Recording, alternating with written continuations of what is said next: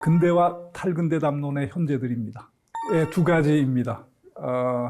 하나는 탈근대 논쟁을 촉발했던 장 프랑스와 리오타르의 포스트 모던의 조건을 다시 읽고 거기에 담긴 예언적인 통찰력을 다시 돌아보는 것이고, 두 번째는 리오타르, 하버마스, 찰스 테일러 이 세 철학자를 통해서 과거의 탈근대 논쟁을 돌아보고 평가하는 것입니다.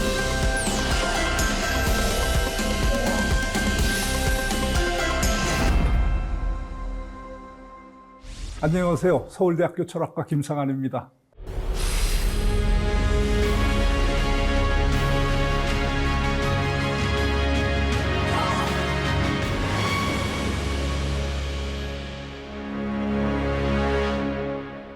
안녕하세요. 서울대학교 김상환입니다.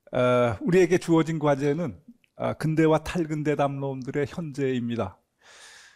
현재의 관점에서 과거의 탈근대 논쟁을 돌아보고 평가해보라는 것입니다. 결론부터 말하자면 우리의 답은 바로 이겁니다. 탈근대 논쟁은 부실했지만 그 성과는 대단히 컸습니다. 그것이 우리에게 근대성의 한계는 물론 그 안에 숨은 다양한 가능성과 원천들을 다시 찾도록 유도했기 때문입니다. 그런데 우리는 이런 결론에 도달하기에 앞서서 일단 탈근대 논쟁을 촉발했던 장 프랑스와 리오타르의 탈근대의 조건을 다시 읽어보도록 하겠습니다. 이 책에 담긴 실제의 의도와 내용, 이것이 그 논쟁 자체에 의해서 은폐되고 가리워졌다는 그런 생각 때문입니다. 게다가 그 내용이 오늘의 현실에 대해서 타당성을 더해가고 있어서 이 점은 더욱 아쉽게 다가옵니다. 이 책에는 특히 디지털 정보사회와 인공지능 시대를 예언하는 듯한 전망이 여기저기 튀어나옵니다. 과격한 기술 발전을 통해서 요동치는 오늘의 세계입니다. 이런 우리의 세계에서 돌아올 때 20세기에 생산된 철학적 문헌들 중에서 리오타르의 저작보다 예언적인 통찰력을 담고 있는 책은 찾기 어려울 겁니다.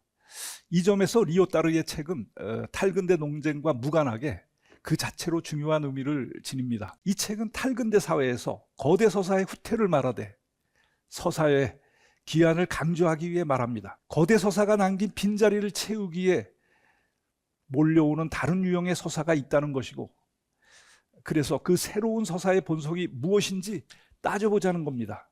그렇다면 어떤 서사가 몰려올까요? 탈근대 시대에 회귀하는 두 서사, 그것은 수행성 서사와 작은 이야기들, 뿌띠레시입니다. 두 서사 중 먼저 수행성 서사는 과학에 개입하는 기술과 자본, 그리고 관료체제의 논리를 따릅니다. 반면 작은 이야기들은 과학의 현장에서 창의성을 다투는 연구자의 논리를 따릅니다. 그렇다면 근대 사회에서 지식을 정처하고 통합하던 거대 서사는 왜 지배력을 상실하면서 수행성 서사나 작은 이야기들의 자리를 내어주게 되었을까요? 이게 중요한 물음인데, 이런 물음을 상론하기에 앞서서 이 책이 서술하는 탈근대 사회에 계속 초점을 맞춰보도록 합시다. 탈근대 사회, 그것은 이미 말한 것처럼 컴퓨터화된 사회입니다. 여기서는 지식과 정보가 주체의 바깥으로 자리를 옮깁니다. 지식이 외재화라는 말로 리오타르가 표현하고 있죠. 이런 시대에 탈근대 사회, 이런 시대에는 데이터 뱅크가 미래의 백과사전이 되고 탈근대 시대의 자연이 됩니다. 이런 상황에서 연구와 교육의 방식이 달라질 수밖에 없습니다. 가령 기계가 선생의 역할을 대체하므로 단말기 사용 능력이 갈수록 중요해집니다. 정보기계 조작법이 외국어 못지않게 필수적인 기초교양으로 자리 잡습니다. 그런데 기계 조작은 세련된 질문 능력과 함께 가야 하죠. 또한 적절한 자료를 지금 당장 어떤 문제를 푸는데 활용할 수 있는 능력, 이런 것이 전제되어야 합니다. 그것은 동떨어진 다양한 계열들의 자료들을 하나로 엮어가는 능력이자 새로운 토론의 주제를 발견하는 능력입니다. 그렇다면 이런 조건에서 탈근대 사회가 맞이한 새로운 희망은 무엇일까요? 그리고 그 위험은 또 어디서 올까요? 간략히 정리하자면 위험은 수행성 서사가 지배력을 더해갈 때 나타나는 닫힌 사회의 가능성에서 옵니다. 희망은 작은 이야기들이 만들어갈 열린 사회의 가능성에서 옵니다. 사회의 컴퓨터화는 공동체를 전면적인 감시와 통제의 체계로 만들어서 권위주의 정치를 뒷받침하는 길로 나갈 수 있습니다. 반면 공동체의 규범이나 지식의 전제를 두르고 활발하게 토론하도록 조장해서 사회 정의를 실현할 뿐만 아니라 지적인 모험을 계속 자극할 수도 있습니다. 이상적인 권위주의 통치와 이상적인 공화주의 통치를 동시에 가능하게 해주는 것, 이게 사회의 컴퓨터와 정보화입니다. 한편으로는 1인 독재나 일당 독재의 꿈이 실현될 수도 있고, 다른 한편으로는 개성과 독창을 다투는 놀이의 세계가 펼쳐질 수도 있습니다. 리오따르는 탈근대 사회에 이런 두 가지 가능성이 공존한다는 사실을 예언하면서 글을 마칩니다. 그렇다면 탈근대 사회에서 개인은 어떤 모습일까요? 리오따르에 따르면 정보화 사회에서 개인은 다양한 회로의 메시지가 교차되는 어떤 매듭이나 결절점에 해당합니다. 우리는 이 결절점에 해당하는 개인을 다시 뇌피셜의 주체로 정의할 수 있습니다. 이 용어는 오늘의 문화적 변동, 특히 디지털 매체가 가져온 변화를 압축적으로 반영하는 언표인 듯합니다. 크게 볼 때는 과거에 어느 영역이나 엘리트 집단, 선도 집단이 있었고, 이들이 제시한 어떤 의견이 공공 의견의 어떤 기초, 초석이 됐습니다. 그러나 이제는 양방향 소통 시대에서는 수신자인 대중들이 어떤 정보의 생산, 유통에서 아주 중요한 역할을 하게 되고, 그 여론 형성의 방향이 위에서 아래라기보다는 밑에서 위로 상향적인 방향을 띠게 되고, 또 과거에는 의사소통이라는 게 어떤 완결된 정보나 지식이 전달되는 것이었고 또 받아들여지는 것이었는데, 그 소통 과정을 통해서 그 새로운 변이가 일어나는 어떤 과정이 있게 되는 것이죠. 이런 상향적 여론 형성의 방식의 추세를 반영하는 단어, 그게 요즘의 뇌피셜이라는 단어입니다. 이 신조어는 디지털 매체 시대의 주인공이 누구임을 분명히 알립니다. 리오따르는 이런 21세기의 여론 형성 과정을 예상하듯 탈근대의 개인을 이렇게 묘사합니다. 인용문입니다. 자기는 대단찮다. 그러나 고립되어 있지 않다. 자기는 과거 어느 때보다 더 복잡하고 유동적인 관계의 그물망 속에 존재한다. 자기는 언제나 남녀노소, 빈부격차를 막론하고 아무리 작은 점일지언정 특정한 소통회로의 결절점에 자리한다. 좀 더 좋게 말해서 자기는 언제나 다양한 메시지가 통과하는 어떤 위치들에 자리하는 존재다. 우리 중에 그 누구도, 심지어 가장 적은 특권을 지닌 사람조차도 메시지들에 대해 전적으로 무력하지 않다. 인용문이었습니다. 탈근대 사회에서 주체는 1차적으로 다양한 정보회로의 교차 지점에 자리합니다. 그 주체는 근대를 대표하는 데카르트적 주체에 비하면 하찮아 보입니다. 실체적 깊이나 선험적 내면성이 없어 보이기 때문이죠. 그렇지만 이 하찮은 자기는 전혀 무력한 존재도 수동적인 주체도 아닙니다. 정보화 시대의 자기는 자신을 통과하는 메시지를 끊임없이 수정, 정치, 증폭하면서 전체 여론의 형성에 영향을 미칩니다. 탈근대 사회의 개인은 부서지는 파도를 만들면서 끊임없이 이합 집산하는 작은 물방울들과 같습니다. 그러나 유동하는 관계의 그물망 속에서 언제든지 거대한 변화를 일으킬 수 있습니다. 이것이 중요한 점이죠. 문제는 어떤 위치에 자리하는가에 있습니다. 다시 말해서 얼마만큼 외부의 힘과 정보에 연결되는가에 있는 겁니다. 들레주는 푸코가 말과 사물의 끝에서 제시한 근대적 인간이라는 추구이라는 논제를 이와 유사한 관점에서 접근했습니다. 간단히 말해서 그 논제는 이제 아날로그 시대의 인간상이 한물 가고 디지털 시대의 인간상이 도래하고 있음을 예고한다는 것이죠. 그렇다면 디지털 시대, 탈근대의 지식과 가치를 추구하는 게이를 어떻게 불러야 할까요? 들레즈는 니체가 기다리던 초인을 끌어들입니다.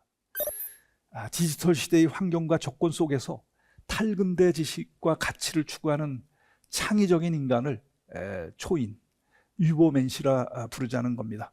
뭐 여기서 한마디 첨언하자면요, 리오타르, 들레즈, 푸코 뭐 다 34, 35, 36년생이고 그래서 또래입니다. 그리고 다 같이 8대학에 재직을 하고 하는 그런 공통점이 있죠.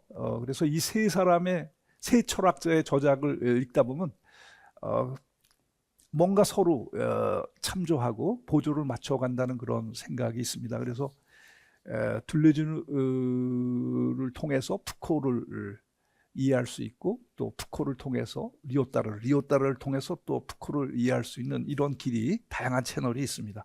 이것으로 이제 리오타르가 서술하는 탈근대 사회에 돌아봤습니다. 이제는 리오타르가 탈근대의 지식과 가치를 어떻게 서술하는지 보겠습니다.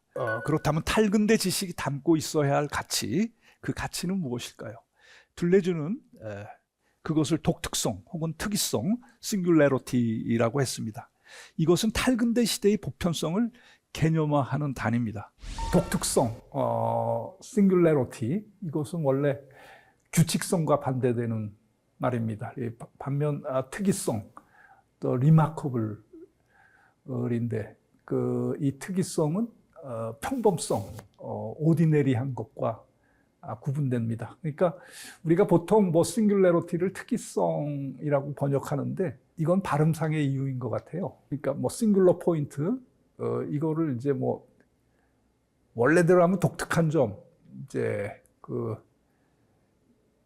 이 규칙적인 점과 반대되는 의미의 독특한 점으로 이렇게 옮겨야 되는데, 사실 더 싱귤러한 거하고 더 리마커블한 것은 같은 의미를 갖습니다. 거의 유사한 의미이고 문맥에 따라서 조금씩 다르게 쓰이는데 뭐 어떻게 옮겨도 상관없는데, 엄밀하게 얘기하자면은 독특성은 이제 규칙성에 반대되는 말이고 특이성은 평범성과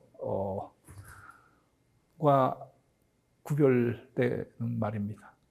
그렇다면 철학의 거대 정당화 서사가 쇠퇴하고 수행성 서사가 그 자리를 차지한 이유는 무엇일까요? 일단 1950년대 이후에 기술 발전과 자본주의의 진화에서 찾아야 할 것입니다. 하지만 이 기술 자본의 복합체보다 훨씬 더 중요한 이유, 그것은 과학 자체의 변화에 있습니다. 기술과 사회가 탈근대성을 취하기 전에 과학이 먼저, 또 기술이 먼저 탈근대성을 띠며 과거와 다른 모습을 보여주었습니다. 어떤 모습일까요? 복잡화의 모습입니다. 과학의 세계는 서로 다른 규칙이 지배하는 무수한 언어 놀이로 분열합니다. 과학은 분할을 거듭하면서 영역 간 경계선이 불분명해지고 지식의 사변적 위계가 무너집니다. 그 자리에는 수직적 체계 대신 평면적인 그물망이 형성됩니다.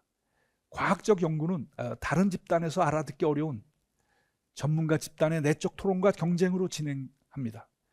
게다가 개별 학문은 그 변경에서 끊임없이 유동적인 변화를 겪습니다.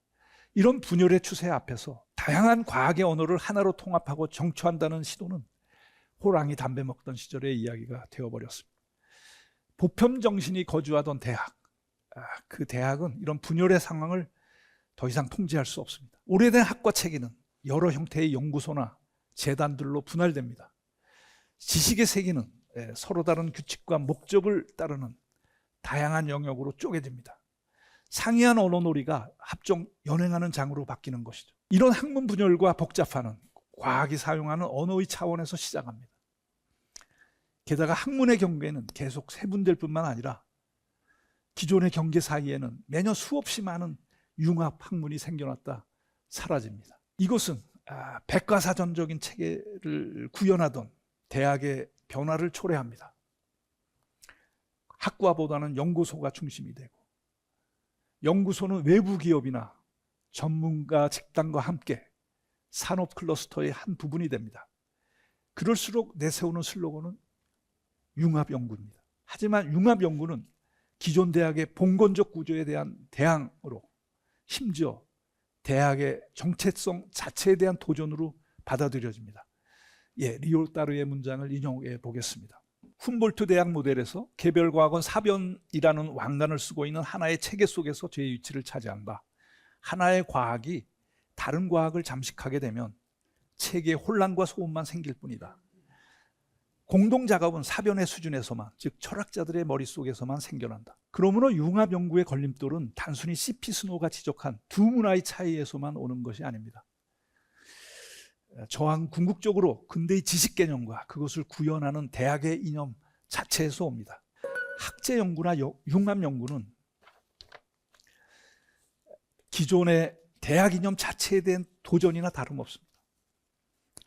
과거의 융합 연구는 오로지 철학자의 목이었습니다. 철학자는 보편 정신의 실현, 사변서사가 추구하는 보편 정신의 실현이나 자유서사가 추구하는 인류 해방의 이념 아래 다양한 학문에 개입하면서 여러 가지 종합을 이루어냈습니다. 그러나 오늘날 융합연구는 연산도구나 측정장치 같은 기계를 둘러싸고 새로운 데이터나 증거 산출을 위해 이루어집니다. 그럴수록 융합연구의 현장에서는 근대적 형식의 거대 서사는 물러가고 그 대신 수행성 서사가 등장하여 정당화의 역할을 맡게 됩니다. 지식과 기술이 한 국가의 가장 중요한 생산 원천이고 국가 경쟁력의 기초가 되기 때문입니다. 그러니까 우리는 오늘날 그 기술 패권이 곧 세계 패권이 되는 그런 지식 중상주의 시대를 살고 있습니다. 그래서 이제 이 국가마다 이 과학과 기술에 많은 돈을 투입할 수밖에 없고 현대 과학의 속성 자체가 또 기술의 개발 자체가 많은 돈을 요구하는데 그렇게 투입된 돈은 언제나 이제 효율성, 추구의 논리, 최소 투입, 최대 산출의 논리를 띠게 될 수밖에 없고 따라서 이런 여러 가지 의미에서 현대 사회는 수행성 논리나 그 서사에 붙들릴 수밖에 없는 것이죠. 그런데 이런 리오따르의 탈근대론에 대해서 하버마스는 빨간 신호등을 켭니다. 근대성은 미안의 기획으로서 아직 살아있다는 것이죠. 이는 근대성의 이유와 그에 대한 처방을 완전히 거꾸로 보기 때문입니다. 근대성의 유형을 이질적인 것을 모두 하나로 통합하는 거대 서사의 추구에서 찾았습니다. 반면 하버마스는 근대성의 위험을 분열의 경향에서 찾습니다. 여기서 리오따르가 분열을 탈근대 지식의 당연한 추세로 간주했음을 기억합시다. 하지만 하버마스는 이성의 분열과 문화적 파편화가 근대성의 내재적 한계이고 따라서 근대적 이성이 스스로 극복해야 할 과제임을 말합니다. 그리고 이런 자기 극복의 과제는 의사소통적 행위의 확산을 통해서만 성취될 수 있다는 거죠. 그렇다면 근대 이성의 분열과 문화적 파편화는 어디서 유래할까요? 이것은 근대화 자체의 내재적 속성이라고도 할 수 있죠. 막스 베버는 그것을 탈주설화라고 말했는데 그것은 이제 이 세속 사회가 이제 종교의 지배, 그 그늘에서 벗어나는 과정입니다. 과거에는 그 종교의 그런 주술적인 지배 아래 놓이면서 그 모든 문화의 영역이 하나로 유기적인 통일성을 이루었는데 그런 종교의 주술적인 지배력이 이제 물러나면서 이제 각 사회의 영역들, 문화적인 영역과 가치, 진선미, 이론, 실천, 예술 같은 영역들이 자율화되다 보니까 서로 무관심하게 되고 이것이 이제 그 문화의 여러 영역들 사이에 분열과 파편화를 초래하게 된 것이죠. 그러므로 문제는 어떻게 정근대 사회로 돌아가지 않으면서 정근대 사회가 누렸던 문화 정신적 통합성을 회복하는가라는 물음에 있습니다. 그리고 이것이 하버마스가 말하는 근대의 기획, 아직도 미안의 과제로 남은 기획입니다. 하버마스 이후 근대성의 내재적 위기를 단시 문제 삼는 가장 중요한 사례로는 찰스 테일러를 들어야 할 겁니다. 그는 근대성의 불안을 문제 삼습니다.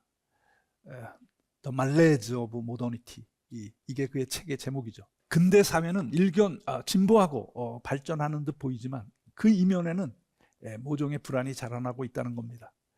테일러에 따르면 이 불안은 근대 시기 전체를 통해 감지되지만 무엇보다 2차 세계대전 또는 1950년대 이후에 두드러집니다. 그러니까 리오타르는 이제 2차 세계대전 이후 또는 1950년대 이후를 탈근대라고 불렀는데, 이제 찰스 테일러는 이 시기를 근대의 불안이 두드러진 어떤 불안한 근대, 공경에 빠진 근대로 부릅니다. 하지만 어쨌든 이들은 모두 탈근대 논쟁을 거치면서 근대 문화의 무궁무진한 잠재력과 갱생의 힘에 눈을 떴습니다. 서양인들은 탈근대 논쟁을 통과하면서 근대성의 숭고한 크기 앞에 탄복하기에 이르렀습니다. 그러므로 앞으로 다시 탈근대 논쟁이 일어난다면 서구의 근대성에 대한 도전은 근대성을 좀 더 거리를 두고 바라볼 수 있는 다른 문화권에서 시작될 공산이 크지 않을까 하는 생각이 듭니다. 이것으로 강연 마치겠습니다. 경청해 주셔서 감사합니다. 그 탈근대 논쟁과 관련해서 가장 중요한 고전적인 저작은 오늘의 강연을 통해서 어느 정도 소개해 드렸습니다. 그 일반적인 독자들에게 소개할 수 있는 책으로는 뭐라 그럴까 좀 쑥스럽지만 저의 책을 소개해 드리고 싶어요. 1990년대 또 2000년대 초에 그 전 세계적으로 또 우리 국내에서 그 이 탈근대 담론, 포스트 모더니즘에 관심이 아주 뜨거웠고, 그때 그런 주제로 관련해서 이제 제가 또 많은 글을 썼는데, 이제 그 중에 이제 탈근대와 관련된 그 내용을 정리하고 역사적 의미를 평가하는 여러 가지 글들을 썼었습니다. 그래서 그런 책들이 1999년에 나온 예술가를 위한 형이사, 또 그 전에 96년에 나온 해체론 시대의 철학, 이런 책들이 있습니다. 저는 이런 저서를 통해서 이 포스트 모더니즘뿐만 아니라 데리다의 해체론이라든가 그 밖에 보드리아르의 기호의 정치 경제학이라든가, 그러니까 말하자면 그 포스트 모더니즘이라는 그런 사조 배후에 있는 현대 프랑스 철학, 구조주의 이후의 기호학이라든가 정신분석, 이런 것들을 좀 친절하게 독자들에게 설명하려고 노력을 했습니다.